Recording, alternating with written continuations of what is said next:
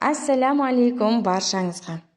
Ең алдымен видеоны көрмес бұрын арнамның дамуына үлес қоссаңыз, тіркелмеген болсаңыз тіркеліп, әрине лайк, комментарияны күтетін боламын. Сүннет дегеніміз пайғамбарымыз Мұхаммедтің саллаллаху алейхи уассалам үнемі жасаған амалдары. Негізінде сүннет жол, шариғат үкімі деген мағынаны білдіреді. Пайғамбарымыз саллаллаху алейхи уассалам бір хадисінде былай дейді: үмметім бұзылған заманда кім бір сүннетімді ұстап жаңғыртса, оған 100 шейіттің сауабы бар. Мұсылмандардың орындауы қажет болған сүннет амалдарының негіздері мыналар. Барлық жақсы және қайырлы істерді бисмиллах деп бастау. Түш көргенде әлхамдулиллах деп айту.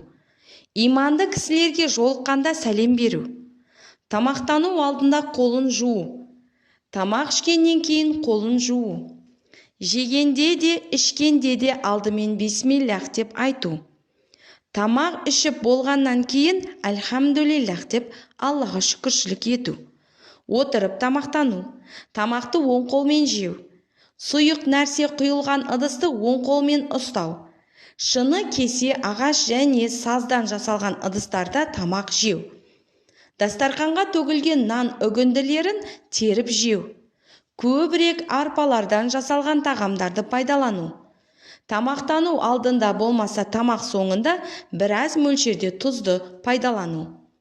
Әйелі және балаларымен бірге бір дастарханда тамақтану. Ақ, жасыл, қара түсті киімдер кию. Киімдеріңізді әртүрлі нәжістерден сақтап таза ұстау. Сүт, зәмзәм суы және басқа хош иісті нәрселер ұсынылса қабылдап алу. Киімдерді ескіргенше кию. Ескірген киімдерді бейшара пақырларға үлестіріп беру. Намаз үшін бөлек таза киім кию.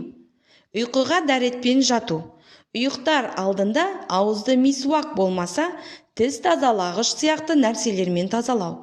Дәрет алғанда ауызды мисуакпен жуып тазалау. Таң атпай тұрып ұйқыдан ояну. Құран оқыр алдында ауызды оқу. Парыз намаздарын оқыр алдында тәкбір, қамат айту. Намазды ауыл мешітінде оқу. Памдат, бесін, ақшам, құптан намаздарын сүннеттерімен қосып оқу. Рамазан айында тарауих намаздарын оқу. Тарауих намаздарында Құранды хатым, бастан аяқ етіп оқып шығу.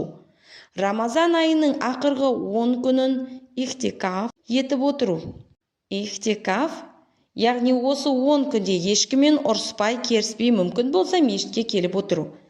Рамазан айында күн батқаннан кейін тез ақшам намазы алдында ауызды ашу. Рамазан айында таң алдында сәресін ішу. Жұма, 2 айт және арапа күндері үшін ғұсыл құйыну. Рамазан айтында таңертеңгілік тамақ ішіп бару. Құрбан айт намазына таңертең тамақ ішпей барып, намаздан қайтқаннан соң тамақтану. Құрбан айты намазы біткен соң дәмді тағам немесе құрбандық етінен пісірілген тамақты жеу. Айт күндері жақсы киімдер кию. Ауызды жаман нәрселерден және тамақ қалдықтарынан таза ұстау. Мұртты ерінге түсірмей қысқартып отыру. Өскен тырнақтарды алып тұру. Қолтық және кіндік асты түктерді алып тұру.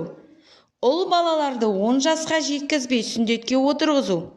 Қыз келіншектердің саусақтарының тырнақтарына қына жағуы. Үлкен кісілерді құрметтеу. Кішілерге мейірімді болу.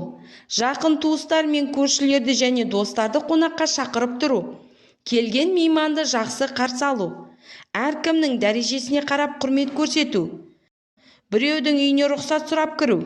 Кісілермен қол беріп амандасу. Үйленуге шамасы жететін кісілердің үйленуі. Бой жеткен қызды тұрмысқа ұзату.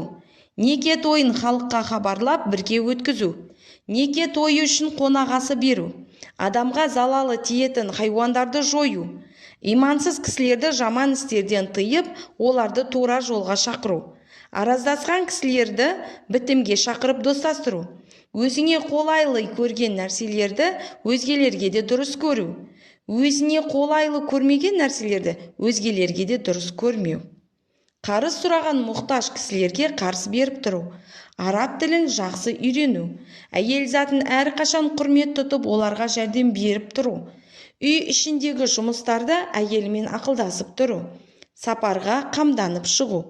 Ғибрат алу ниетінде қабірлерге зиярат етіп тұру.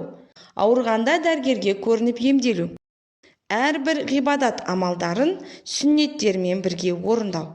Мәселен, дәретте 20 сүннет, таяммумда 6, ғұсылда 10, намазда 25, оразада 6 және қажылықта 10 сүннеттері сияқты. Құрметті көрермен, ақпаратым сізге пайдалы болды деген ойдамын. Сондықтан міндетті түрде лайк басып, комментарий жаза кетіңіз. Аман сау болыңыздар.